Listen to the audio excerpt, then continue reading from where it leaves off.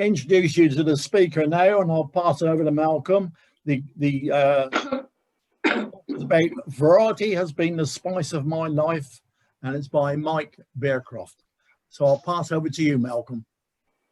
Well, Mike's there.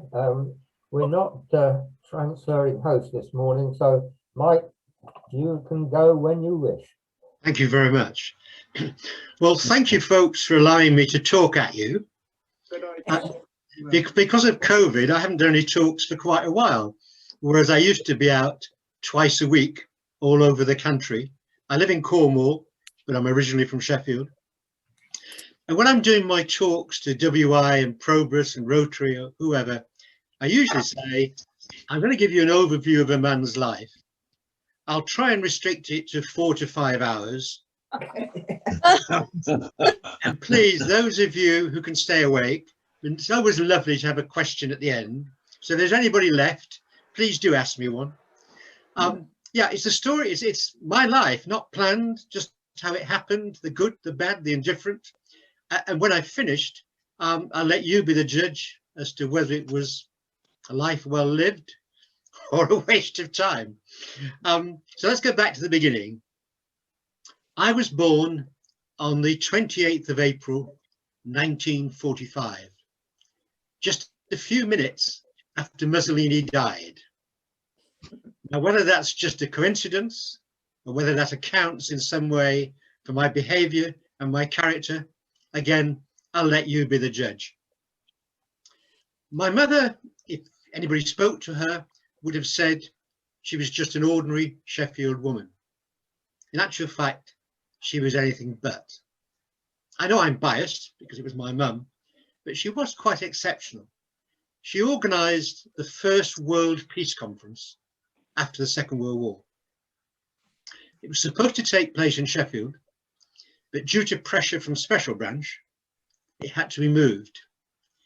And the Poles took it on, and my mum, who'd never had a passport, never been out of the country, found herself travelling to Warsaw for this conference. She visited Auschwitz just 3 years after it had closed. She met all kinds of famous people. A famous American singer, known for his political views, sang to her at the end of the conference. A little Spanish painter sketched for her the Dove of Peace. But she gave it away because although she liked his politics, she didn't like Picasso's paintings. Oh, we might have been very wealthy, but she gave it away. My father was a power station manager, and he was very concerned about nuclear energy. So I'd got my dad worried about nuclear energy, my mother worried about world peace, and I had much more important things to concern myself with. I wanted to play football for Sheffield United. And I was extremely fortunate that at the age of 13, I signed for the football club. And for the next few years, I enjoyed the relative fame of being a young man that most of his friends knew was playing for the club. I learnt the hard way, fame can disappear very rapidly. At the age of 17, my father persuaded me to go and ask for a commercial contract. 17, I could be paid. So I very nervously approached the then manager of Sheffield United, the late great John Harris, who'd played for Chelsea and Scotland and was a lovely man, who I didn't know very well because I was at the bottom of the pecking order and he was at the top. And I went in to see him and very nervously said, Mr. Harris, thought I'd better see you today. I'm 17. And he got up from behind his desk and he said, well, that's great news. I'm not going to attempt his Glasgow accent. He said, that's great news. Shook hands and said, just think, another year you'll be able to drink beer. I thought, yeah, I've been doing it for the last 2 years. And he led me round the room and said, well, I'm so pleased for the chance to chat to you. Now, you want to try and keep yourself fit, try and grow. And then he said words I wish somebody would say to me now, if only you can put some weight on. Sadly, it's quite reversed now. And then I was out the door. Career over. Finished. The end. It is a sad fact of life, and this is a fact I'm going to tell you that's verified by the Football Association and by the Professional Football Association. A third of kids who are kicked out by professional clubs at 17 turn to crime. Coping with being quite famous in your own community for 5 minutes and being thrown out quite brutally is a difficult one to handle. And I must admit, there was the odd occasion when I looked at our little post office and thought, should I knock it off? But I fortunately didn't. And instead, I eventually found myself going into sales. And I went into sales because I'd continued to play football.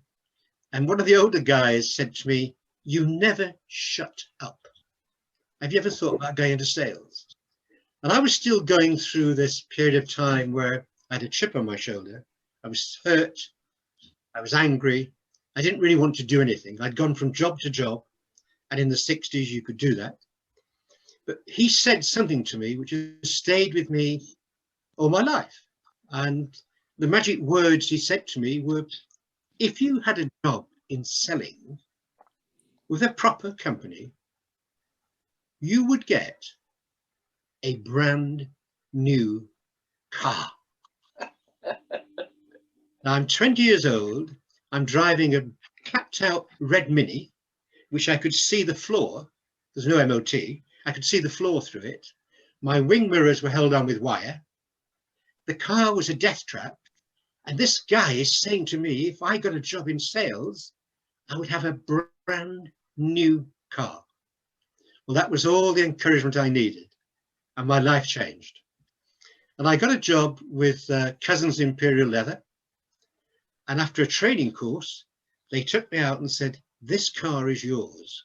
And it was the biggest car I'd ever seen in my life. It was a bright red Cortina Estate. Go on for miles.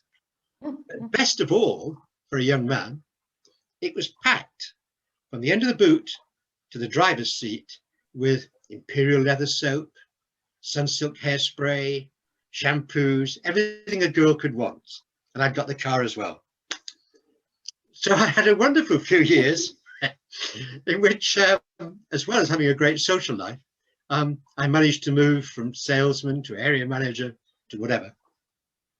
And then I changed companies and went to work for a company that's now called Elida Fabergé. In those days, it was just called Elida Gibbs. And I had even more toiletries in the back of the car. And life was good until one Saturday night, when very stupidly, having played football, because I still played semi-professionally, had a few beers, been out with a girlfriend, driving home at 2 a.m. in the morning. For some crazy reason, as I drove past the chemist shop where my kid's sister worked, but not at 2 o'clock in the morning, I noticed the window had been smashed in, the alarm was going.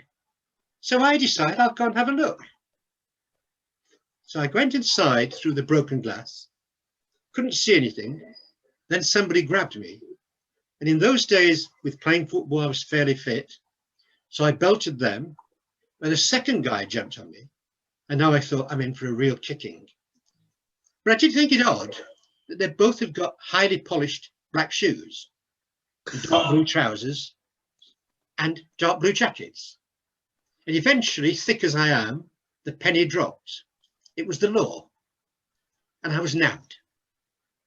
And I was taken to Woodseats police station at 3 a.m. in the morning. I explained my story. My kid's sister worked in that shop. I'd been on my way home. I stupidly decided to have a look in. And they said, yes, that's fine. But how do you explain that car outside that's full from the back to just behind the driver's seat with shampoos? Oh, God. I thought, I'm going to get locked up. Well, they phoned my boss, who lived in Nottingham, and who wasn't too thrilled at 5 o'clock in the morning at having to drive to Sheffield to say, yes, I was allowed to drive the car. It was insured. The goods were there genuinely, and I was who I said I was. And as I thanked him and said, good morning, at 6 a.m. in the morning, a little part of me thought, do you know, it might be a good idea to look for another job. So I did. So again, purely by accident, I found myself working for another Unilever company called True Food Baby Food. And they paid more money, and you had to learn a little bit about infant nutrition. And I got promoted and did well with that.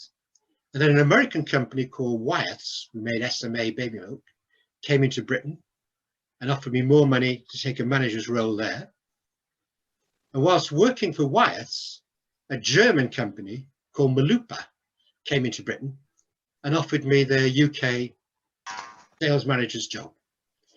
And that was the turning point of my life, because I had the most amazing mentor at Malupa, a man called Trevor Bell.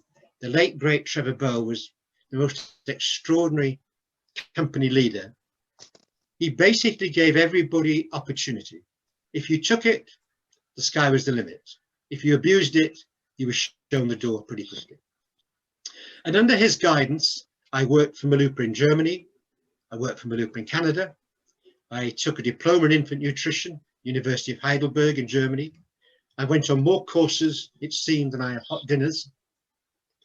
And eventually I was offered the role of Vice President, Sales and Marketing, Malupa USA.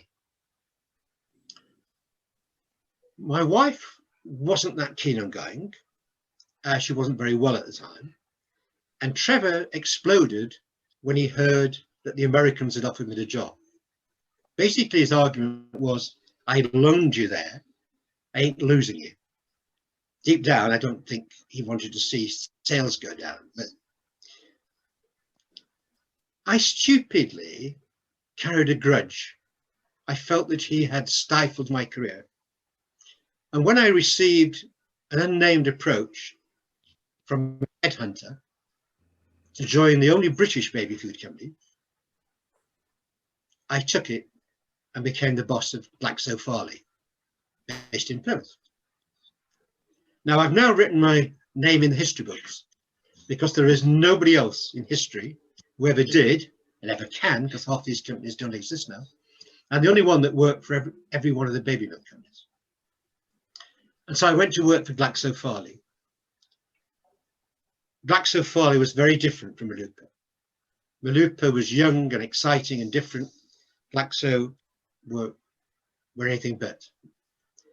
And Glaxo were very stupid in that they had a salmonella outbreak that they refused to admit was their problem. Glaxo were very proud that in the Lake District, they had a wonderful herd of cows. They used to milk those cows. The milk went through underground pipes, was heated, and then turned into dried and turned into baby milk. Babies all over the UK were experiencing mild sickness, diarrhea, vomiting, and the health visitors and the medical profession traced this back to Ostermilk. Glaxo said, it's not us. Eventually the Department of Health went in and checked and found that there was a break in the pipe and slurry was getting in. Overnight, Glaxo were told, that's it, you can't sell your infant milk to hospitals anymore. We want it taken out of clinics. It was the end of the company. It was sold for £1 to Boots. Well, Boots the chemist bought it, and like a lot of people in Glaxo Farley, I wondered if I would still have a job. But they looked at my CV, and obviously their knowledge of geography was about as bad as mine. We can see that you've worked in America and Canada and Germany, so we've got the perfect job for you. We want you to go as Vice President, Sales and Marketing, Australia. Okay, well, they're poles apart, but so be it. However, what I didn't tell Boots, because I didn't particularly want to tell anybody at the time, my wife was terminally ill, and I had 2 little girls. So whilst I said to Boots, oh yes, I'm very interested, thank you, inside, I was saying, no way, Jose, and desperately thinking, what do I do now? And this is where you find, they always say, when things are tough, you find the true measure of people. I got a phone call out the blue from my ex-boss, Trevor Bell, the ex-boss of Newman. And he said, Mike, I've heard through the grapevine about Julie, terribly sad. Why don't you come back and work for us? And I was actually moved to tears because I thought that's a genuine. I said, well, I let you down. I'm the fool who decided to move. He said, well, if you don't want to come back to Manuka, and I would have you back like a shot. Not many people know this, but I'm the non-executive director of a very strange, not-for-profit health insurance company. He said, now they desperately need a chief executive. Why don't you go along and have an interview with them? I'm sure they'll be very sympathetic. They'll let you work from home. Great, okay, I'll go. He said, well, they want to interview you on Sunday. I said, Sunday? I've never been interviewed on a Sunday before. He said, yeah, there's reasons. Okay, here's how you get there. You get a train, and I was living in Northamptonshire. You get a train to St Pancras. You get the tube to Hammersmith. You go up one flight of stairs. You find the staircase. It's quite well hidden, but you'll find it. On that first floor, you walk the entire width of the platform. You find an abandoned tobacco kiosk. Go behind that. You find a green door. Knock 3 times and somebody will let you in. So this is quite odd. Now at the time, on a Sunday evening, Smiley's People was on television. And I loved watching it. And I thought, I wonder if, having a vivid imagination, am I being recruited for MI5? But I followed the instructions. I went down on Sunday morning and I got off the train and I found the staircase. I crossed the platform. I found the other staircase. I found the abandoned tobacco kiosk. I went and knocked 3 times and nothing happened. And I knocked again and nothing happened. I thought, and in those days, no mobile phones. So I went and found a phone box that hadn't been vandalized.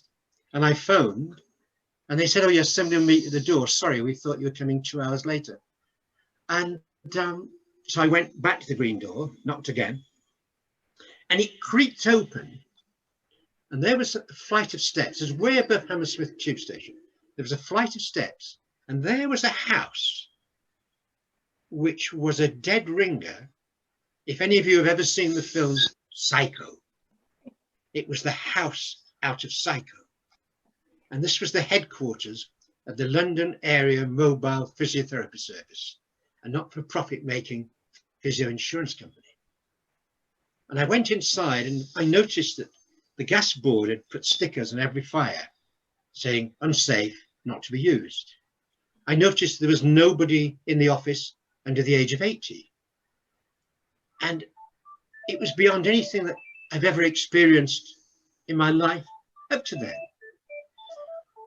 But I nevertheless had an interview. Wasn't sure at the end of the interview if I was doing the right thing, but I needed a job. I needed to stay in the UK. I needed to be able to spend time at home.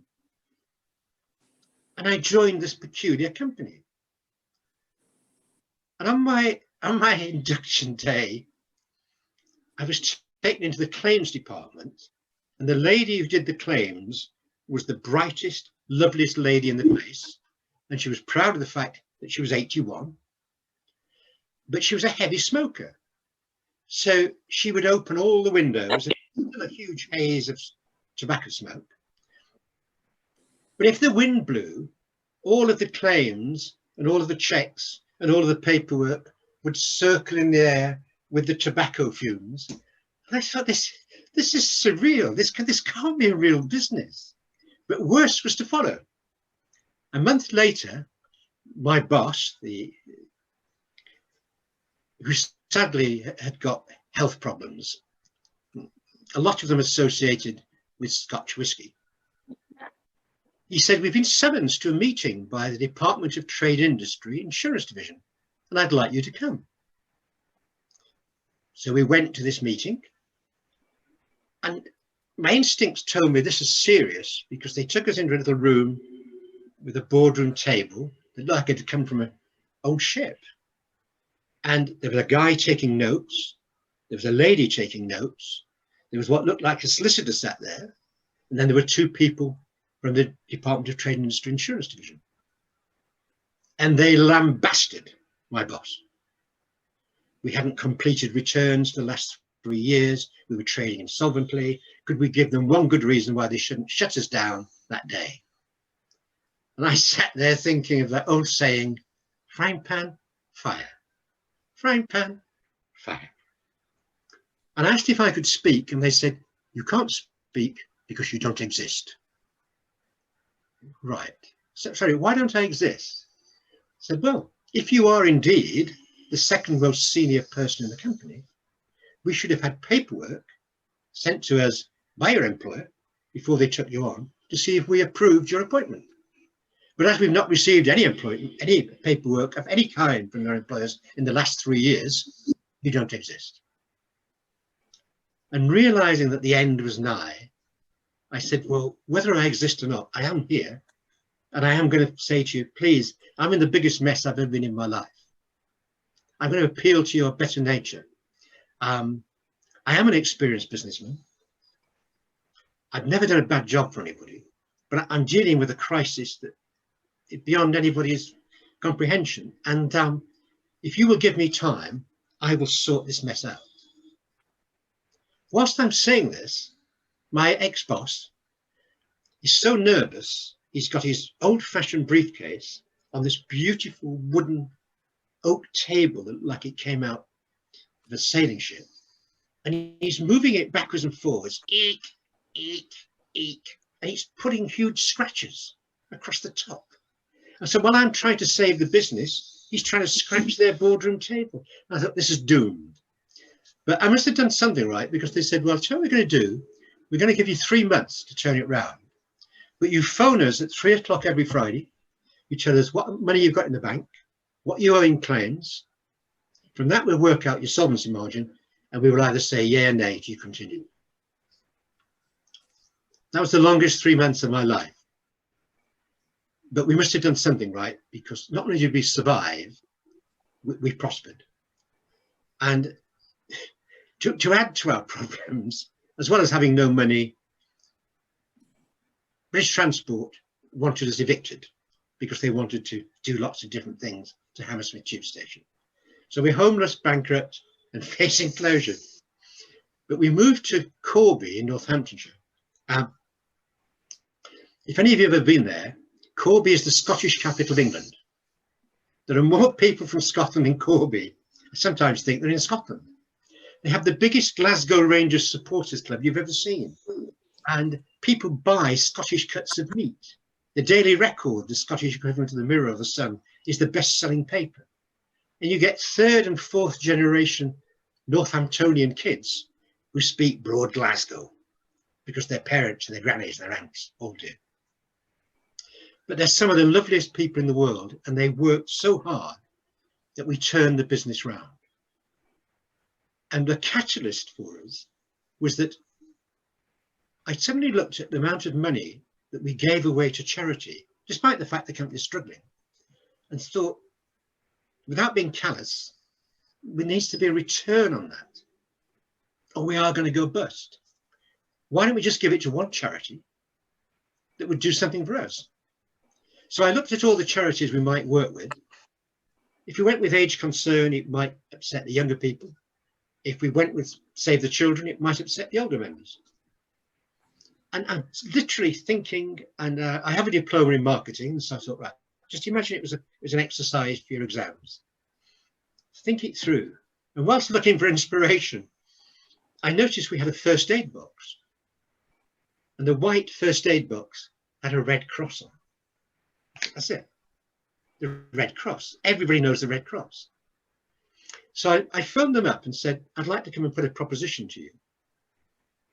And I went to London, went to Grosvenor Square, went into their offices, and there must have been 6 or 8 of them sat. And I pitched my idea to them. And my idea was that we would give them £1 for every new member we signed up. And we were hoping to sign a minimum of 10,000 a year. That we would give them £1 for every. At that time, we'd got 40,000 members. So in year 1, they might make £50,000. But in return, I wanted their support. I wanted to tell their friends, their followers, their supporters, their staff, who we were and what we were doing. And I wanted the use of their logo on our policy documents, that little Red Cross logo. And they listened and they said, nobody's ever walked in off the street and made a proposition like that. Absolutely wonderful, well done. But one problem, you can't have the logo. I said, well, sorry, why is that? I said, well, because of the horrors of World War II, when the country will be nameless, but we were all fighting, disguised mobile ambulances to look like an ambulance when they were actually a mobile gas chamber. As a result of that, after the war, it was decided that logo had to be guarded like the crown jewels. And the lawyer at the MOD, who is responsible for seeing it's not misused, isn't a cat in hell's chance he would let you use that logo. I said, well, that's crazy. He said, well, we know it's crazy. Let me tell you a story. So the guy from the Red Cross said, a couple of years ago, Cadbury's Chocolate decided to commemorate their centenary or whatever it was, and they produced a little metal replica of the first Cadbury's chocolate van. And on one side it said, help the war effort, buy war bonds, and the other it said, support the Red Cross. And it was to be given away if you collected tokens. The guy at the MOD stopped it because it said Red Cross, used the logo, he hadn't given permission, and Cadbury's were fined. The fine was paid to the Red Cross. But that's how tough it is. So thank you very much, Mr. Bearcroft, for a wonderful idea. We'd love to support it. So this is crazy because it must be costing you thousands. And they said it is. Well, why not appeal to your supporters? I mean, Her Majesty the Queen, Princess Di, all of the film stars, the television stars, all of the people that support you. Why don't you write to them? So well, we couldn't do that. So I thought about it. I thought, well, I'm not going to let this go. I'm trying to save the company. At the same time, I believe in what they're doing. So I made a second visit to the Red Cross and saw their head of fundraising and said, suppose I write to all these people and say, this is what I'm proposing to do. This is what you could earn from it. Will they support it? He said, well, yes, you could, but you wouldn't know their addresses.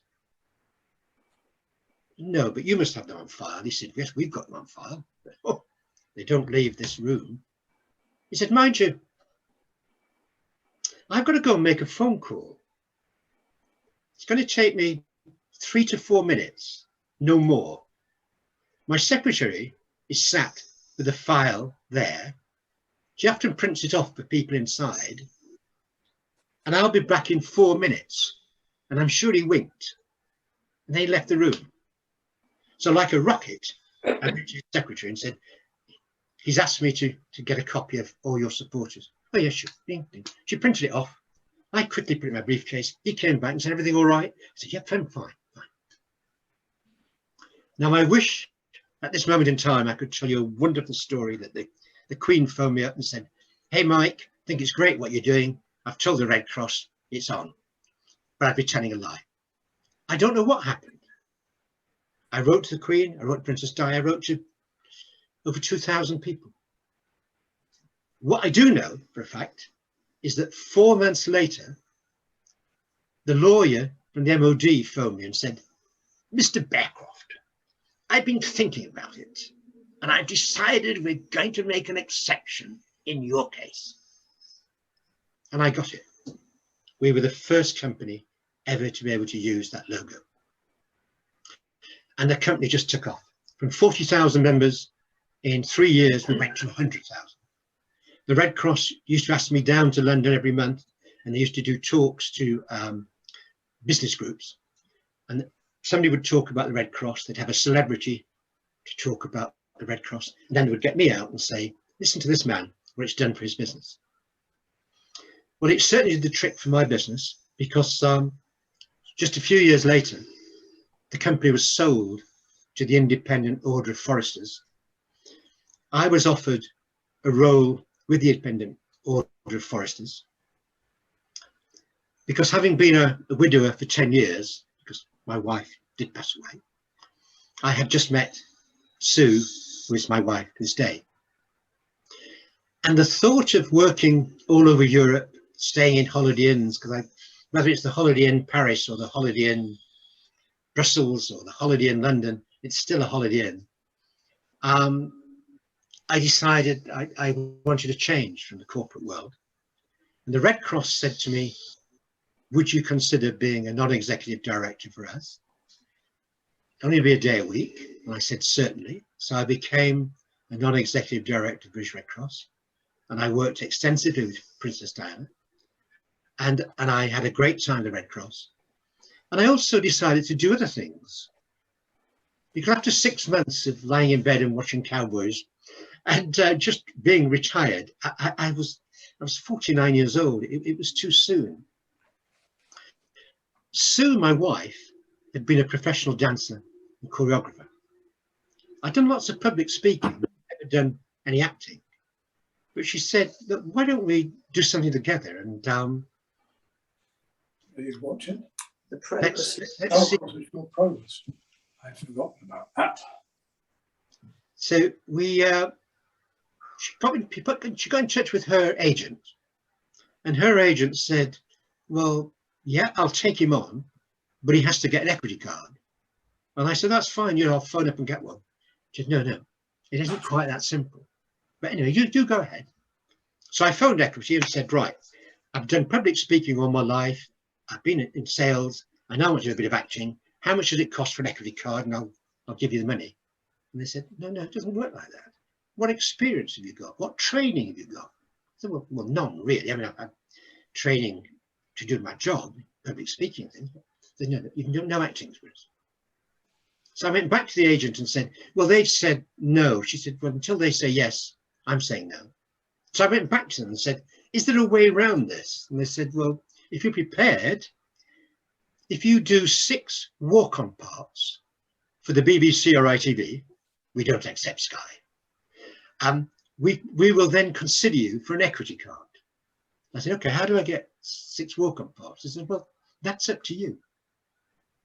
So I went back to the agent and she said, I'll put you forward, but you do know what they mean. Well, not really. As the word says, they're walk-ons. You walk on and off, that's it. But you will get a receipt that shows you've been paid, what the job was, and on the strength of that, do 6 of those, and you will get your equity card. So I did, and we toured Britain.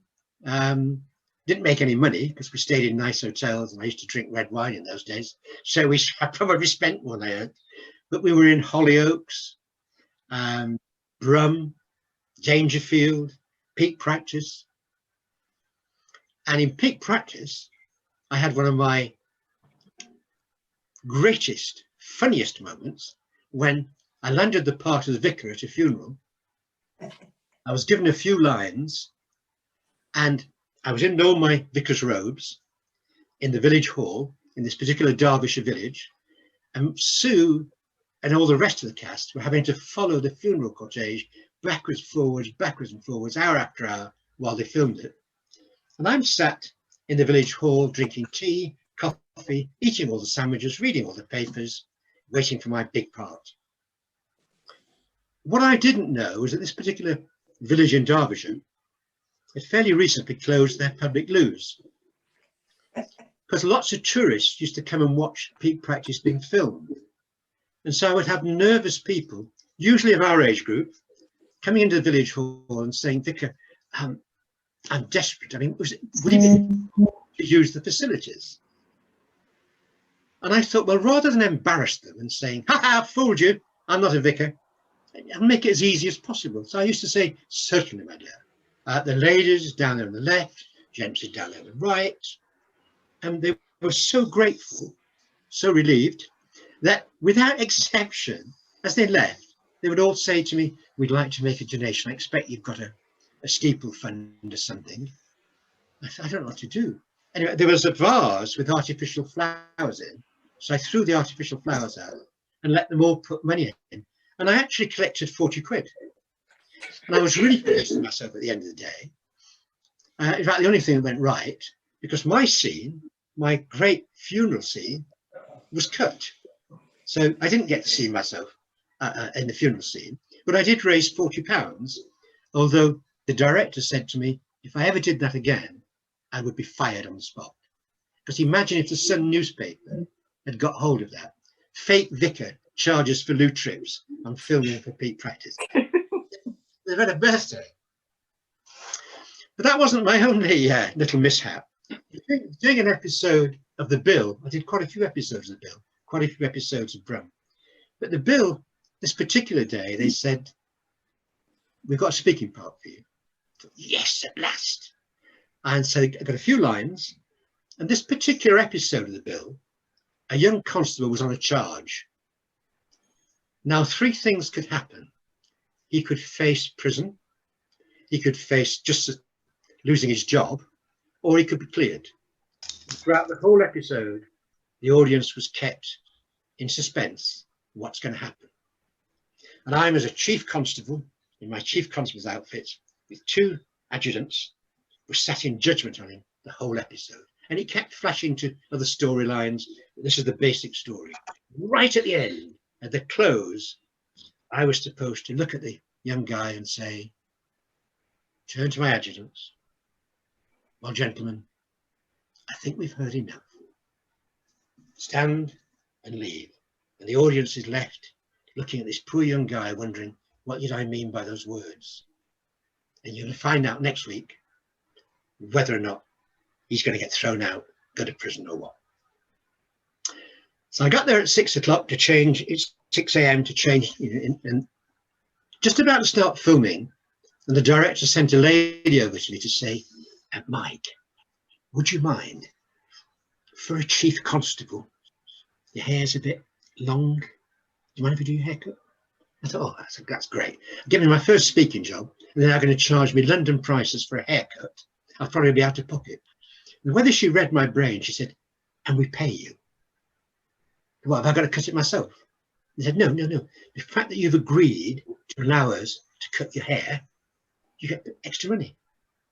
Right, do what you like, fine. So I go and have my hair cut quite short. We go back, we film the scene. As far as I'm concerned, it's gone wonderfully. And at lunchtime, we wrap, go for lunch. And whilst I'm sat eating my lunch, the little girl again comes running over to me and says, Mike, one of the actors for this afternoon has not turned up. It's only a extra part. But if you want the money, yeah, fine. Yeah, great. So I get taken into another part of Sunhill Police Station. And they're all undercover cops, all being briefed because somebody's been murdering down and outs and the homeless. And we're all going undercover to find him. So everybody's a bit scruffy.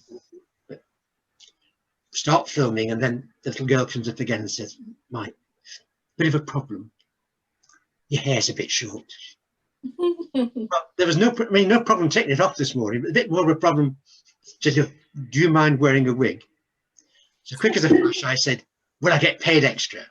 And she said, no, but you will get paid. So I've now got a wig, and I've got grease and muck and the most disgusting clothes on, as has everybody else in the room.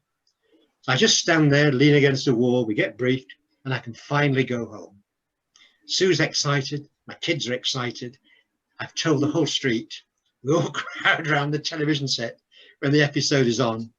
Even I can't recognise which of the scruffs in the room is me, because everybody's so scruffy and I'm on so quickly, I miss that. But we get to my final piece, the big crescendo. There we are, you can see the back of my head, the other two guys. Camera's on the guy, and it's cut. It's cut. That's it. I don't get to speak my immortal lines. That's really the end of my TV career. I did a bit more, but then I started getting involved in amateur acting and also semi-professional and professional acting. I started directing. I went to Loughborough University and took a course in directing musicals. And I managed to land the part in a touring stage show, Travels with My Aunt, which was touring the UK.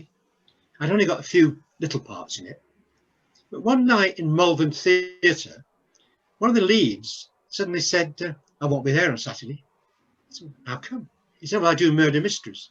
And I told the director when he took me on, once a year I do this murder mystery in the Channel Islands, so I won't be there. I said, so what's happening? He said, well, the understudy's on. He said, actually, you'd be good at murder mysteries. Well, why is that? He said, well, the villain's usually a businessman that never shuts up. You'd be perfect. Well, I'm not sure that isn't a bit of a backhanded compliment. But I did actually do a few murder mysteries, and I finished up. I don't know if you can remember that old advert for Remington Razors with Victor Kayam, and silver-haired guy, and he used to shave with a razor and then say, I liked it so much, I bought the company. Well, in my own way, I did my own little Victor Kayam bit. I bought the murder mystery company.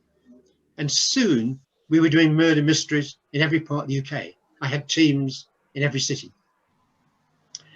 Of course, as with everything in life, it doesn't always go smoothly. And we were doing a murder mystery in an Italian restaurant in Droitwich. It was a private party on the upper floor, and the restaurant manager had agreed to close the restaurant, this private party. But inevitably, some of his regulars, some of his locals, came and tapped on the door and said, you're open, any chance of a meal? And he was very naughty. He let them in, told them to be quiet, but they're all eating on the ground floor. We're having a murder mystery on the top floor. We've just reached that part of the story where I, the businessman, who is the murderer, descends the staircase with a gun, fires a shot for the people upstairs, saying, don't follow me or else, bang, goes down to the bar, at which point one of the actors is explaining to the cast why I did it, wrapping it all up. The guy behind the bar, the Italian owner, gave me a drink and said, it seems to have gone well. I said, it went really well. Just at that moment, because he's looking out towards the street and I'm looking at him behind the bar, he said, crikey, I think there's been an accident on the M5. I said, how do you know? He said, well, police helicopter. We said, and there's some armed police. Oh, right. They're not going towards the M5. They're coming here. And at that precise moment, the penny dropped. And I looked around all the people on the ground floor, and one or two of them were looking guilty. And I said, any of you happen to have used a mobile phone in the last 10 minutes? Not one person owned up. And they came towards the front door of the restaurant. And they did have, I know nothing about weapons, don't particularly want to, but they seem to be quite powerful weapons. And he said, what are we going to do? I said, well, I think the best thing is, as they know you, is you go and talk to them. I can't get killed here. And bless him, and if you ever remember Hello, Hello, he looked a bit like Rene in Hello, Hello, and he wore the apron. And so he took his apron off and he ran towards the door, waving his apron, saying, don't shoot, don't shoot. And two local policemen recognized him. They wanted to know that he wasn't under duress. So he explained he wasn't. Then they wanted to know who I was and whatever. Then they told him off because he should have known, as the can see, that if you are going to fire guns in a premises, then out of courtesy and also to avoid mistakes like this, he should have notified the local police, which he hadn't done. So he got told off. The show carries on, but just to be sure, they left two policemen behind to make sure that it was. And these two young guys, I thought the least I can do is offer them a drink. So I offered to buy them a drink, and they said, no thanks, no, not on duty. But any chance we could be in it? I said, well, it's finished really. I said, well, could we, well, if you want, you can handcuff me. So they handcuffed me and took me back upstairs, and the whole thing's wrapped up. The cast takes a bow. They go back to wherever their duties were. We're all sitting down having a drink. And I'm talking to some of the guests and saying, you know, it got a little bit stretched at the end. I hope it was all right. And nearly all of the guests, without exception, said, fantastic. Came out tonight, never been to a murder mystery, didn't know what to expect. I've seen Hollywood movies that weren't as good as this. Where did you get all the police and the searchlights from? I said, well, it's all part of the job. And I ought to have stayed doing the murder mysteries, that being stupid, as I am, doing a murder mystery at a hotel as a regular client of ours, it was somewhere in Taunton, and the lady manager said to me one night, what else do you do? Because you're really good, your cast, but we can't do murder mysteries every week. Now, a sane person, which I never am, would have said, we actually don't do anything else. But of course, I have to make something up. So I said, oh, yeah, we do lots of things. And she said, well, like what? Like what? Why did I say that? And to this day, I have never understood where the inspiration came from. I said, oh, we do a show called Dinner Off Broadway. She said, that sounds good. So how does that work? How does that work? Yeah. And then I remembered that one of the girls in the cast that night was a professional singer. Her boyfriend was the rehearsal pianist for Chicago in the West End, and he came down at weekends to see her. So I said, right, how Dinner Off Broadway works is that Avril sings songs from the West End, and Peter, her boyfriend, who is the rehearsal pianist at Chicago, plays, and I just tell you some of the stories of where some of those songs, what musicals they came from, if they were a success, whatever. Just makes a change. It sounds fantastic. Can I book you for next Saturday? Yeah, sure. So I leave the hotel, quickly phone them. They're still on their way home. I said, it went really well. She's so pleased. She wants to book us again for next Saturday. Oh, great. But slightly different show. So I explained it to them and they said, no, it sounds good. When are we going to rehearse? I said, how about 6 o'clock next Saturday before we go on at 7? Oh, and by the way, Avril, could you send me a list of about 30 songs that you might sing so I can do some research? But it went down a storm, and we're now finished up doing murder mysteries, Dinner Off Broadway.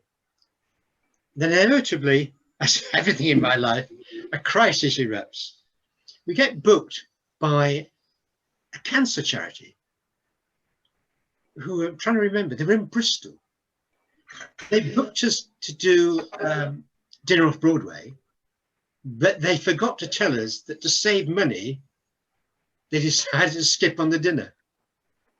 So all of their supporters had turned up and had got tables at which they could sit and have a drink. They were expecting to see a stage show on the stage. We were expecting to just entertain them while they ate. It was one of the longest nights of my life. Avril had no changes of costume. We had no scenery. We didn't have proper lighting. Again, a sane person would have said, well, that's a lesson. Never get caught like that again. I decided to create a stage show called Back to Broadway, and we turned it into a full stage show. In fact, the show was so popular with Mexico, most of Europe. So we've now got Murder Mysteries, Dinner Off Broadway. We've got the stage show, Back to Broadway. I'm still doing a bit of acting myself, doing a bit of script writing and doing some direction. At the same time, my mum has gone down with dementia. And the inevitable happened. You can only stretch something so far before it snaps. I had a heart attack and a triple bypass. And while I was recovering in hospital, Sue came to see me and said, I'd rather be poor and have a husband than be a rich widow. I thought that's really nice. You know, thank you. Said, so what I've done is I got rid of all the businesses. I said, oh, fine. Yeah. I'm so full of drugs. Do you like? So anyway, after she'd gone, I thought, did I hear her right? She's got rid of everything. And when she came back to see me next time, she confirmed she had. So that's fine. The third time she came to see me, I said, I've had a thought. I think for the first time in my life, you've just managed to make me redundant. What am I going to do? And this is where ladies are so clever, so much smarter than men. She knew I would respond to a challenge. So rather than bluster, she actually said, well, look, all your life you've written stuff. You've written pantomime scripts. You've written stuff for work. Here's your opportunity. For 6 months, you've got to take it easy. why don't you write a book if you think you can? And of course, as soon as your wife says those magic words, if you think you can, there can only be one reaction. If I can, I'll probably have it written by tonight. Huh. When inside, you're shaking, thinking, I never had a story in me. I don't know what to do, but I can't admit that. And I have got all this time in the world lying in hospital. So I decided to write a book. And I remembered years ago, I'd seen an interview on BBC of a literary agent giving advice to would-be authors. And the advice was, don't try and write another Harry Potter. J.K. Rowling's done such a good job, you won't succeed. Write about things you like. Write about things you know about. Don't ask your family and friends, is it good? Send it away and be prepared to be hurt. If you can do all of that, so I thought, right, okay. I love thrillers. I read, even to this day, 2 thrillers a week. I probably read 100 books a year. So it's got to be a thriller. My whole life's been involved in football. I've played football.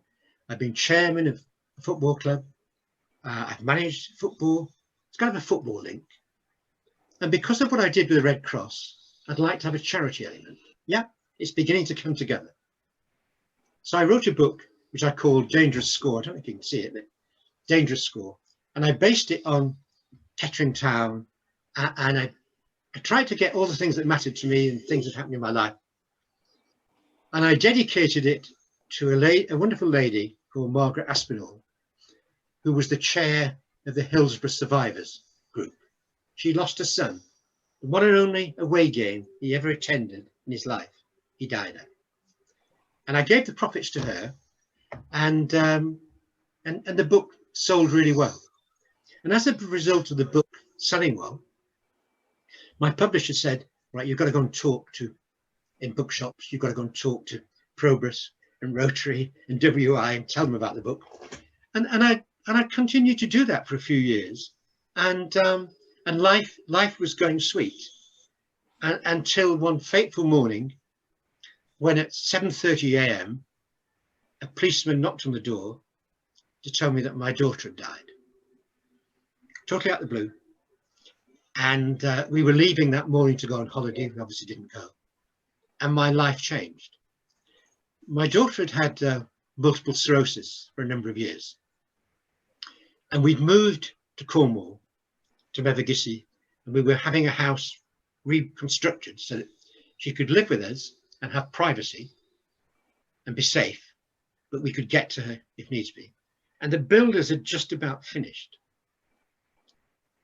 And I have to admit, of all the things that have happened in my life, losing a wife, jobs, whatever, nothing hit me like this. It ain't natural, as those of you who've ever been through it will know. It isn't natural for parents to bury children. And I went for counselling, and I think I could easily have lost the plot. I certainly couldn't stay in that house. So we sold that house and we moved to where we live now, a little village called Deborah, which is halfway between Falmouth and Truro. And my other daughter teaches at Deborah School, so we see her, we see the grandkids. And at the counselling, they said, well, you've always kept yourself busy, you've always done things, you know, keep doing them. So I continued the talks.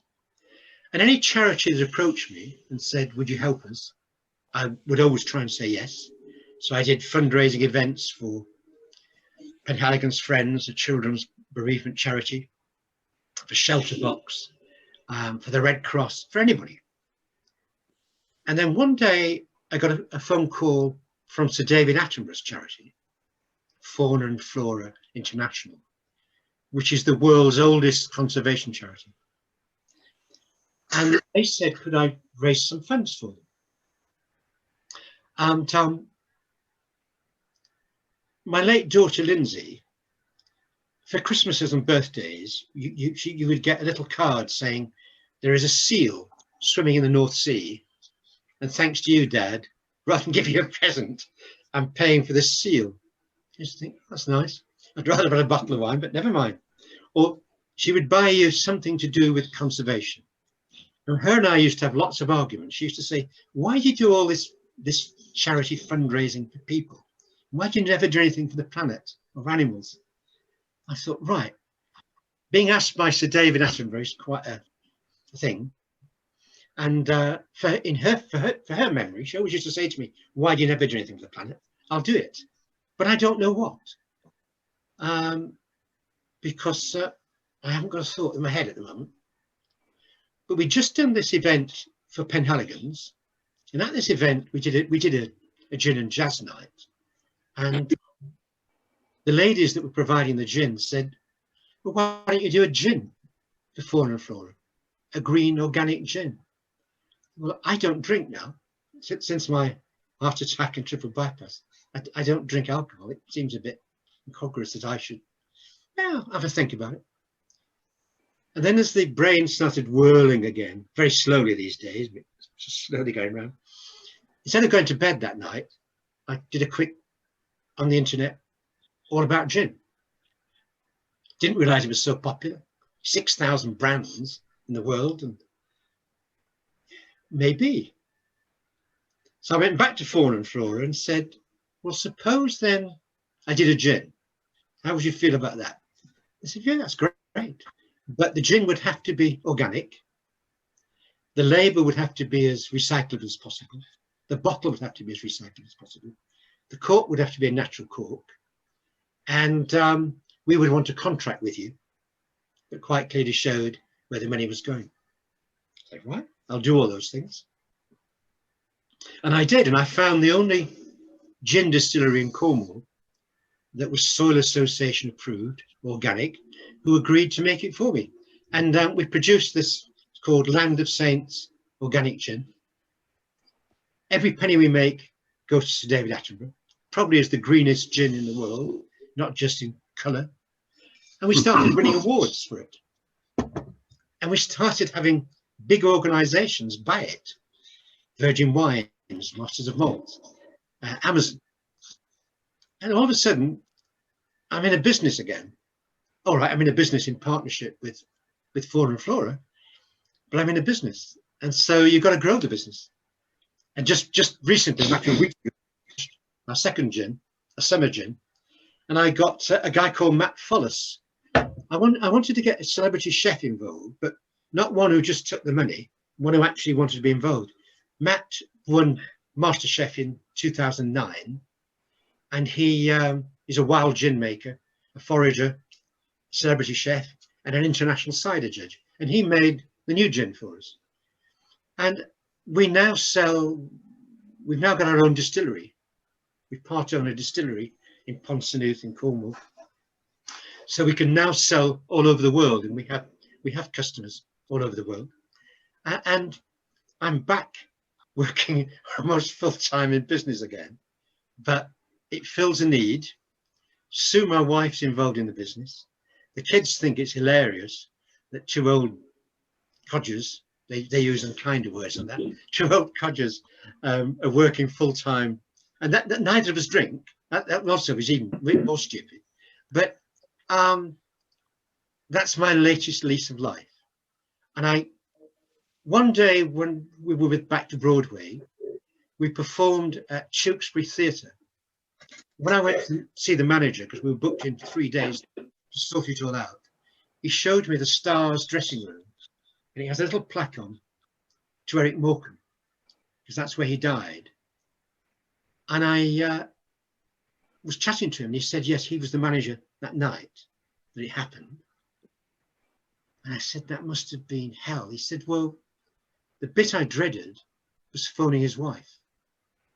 And she came and she wanted to see the spot. And he said, I didn't know what to say to him. He said, but she said to me, she said, don't worry, that's the way he would have, not I, that's the way he would have wanted to go. And I thought, yeah, I think when the time comes, I think I'd like to go doing something. I didn't realize it would be selling gin, but there we are. So that's a man's story, warts and all, the good, the bad, the indifferent. I don't know what the last chapter's going to be. I hope it's a long one, but I don't know. But thank you very much for letting me talk at you. Anybody that is still compos mentis and feels the need, please, I would welcome your questions, your comments, and I would like, well, before I take a drink, I'd like to thank you very, very much indeed for A, allowing me to talk at you, and B, for smiling and being so nice while I have been. So thank you all very much indeed. Thank you. Thank you, Mike. Is there any question from anybody? I haven't got a question, but it's quite interesting how lives can cross. I went for a job that, oh crikey, where was it you went with this? Imperial Leather. I also went for a job at Boots. I also, when I was the personnel director, went up to MI5 and joined and went through MI5. That was quite interesting because I went to a travel shop in London. You went into the travel shop and said why I was there, because I was going for clearance and what have you. And you then were shown into a lift. You went up 2 or 3 levels. You went out the other side of the lift and you were in a totally different business with a building. You walked through the building and went downstairs and you were in the middle of the MI5. And I thought, this is strange, you know. But during lunch, you went down into the actual boardroom and there's all the pictures of all the senior MI5 leaders there. And you thought, well, if someone gets in here, they're going to find out who the hell everybody was. Anyways, as you say, it's interesting how lives cross and do different things. You've certainly had a very interesting and challenging life, of which you've dealt with it very, very well. Thank you. Excellent. Thank you. Thank you. Thanks very much. Else? Right, well, Mike, I'd like to thank you for your talk. Very interesting. And I'd like our members to show their appreciation in the usual way. Thank you. Thanks very much. Thank you.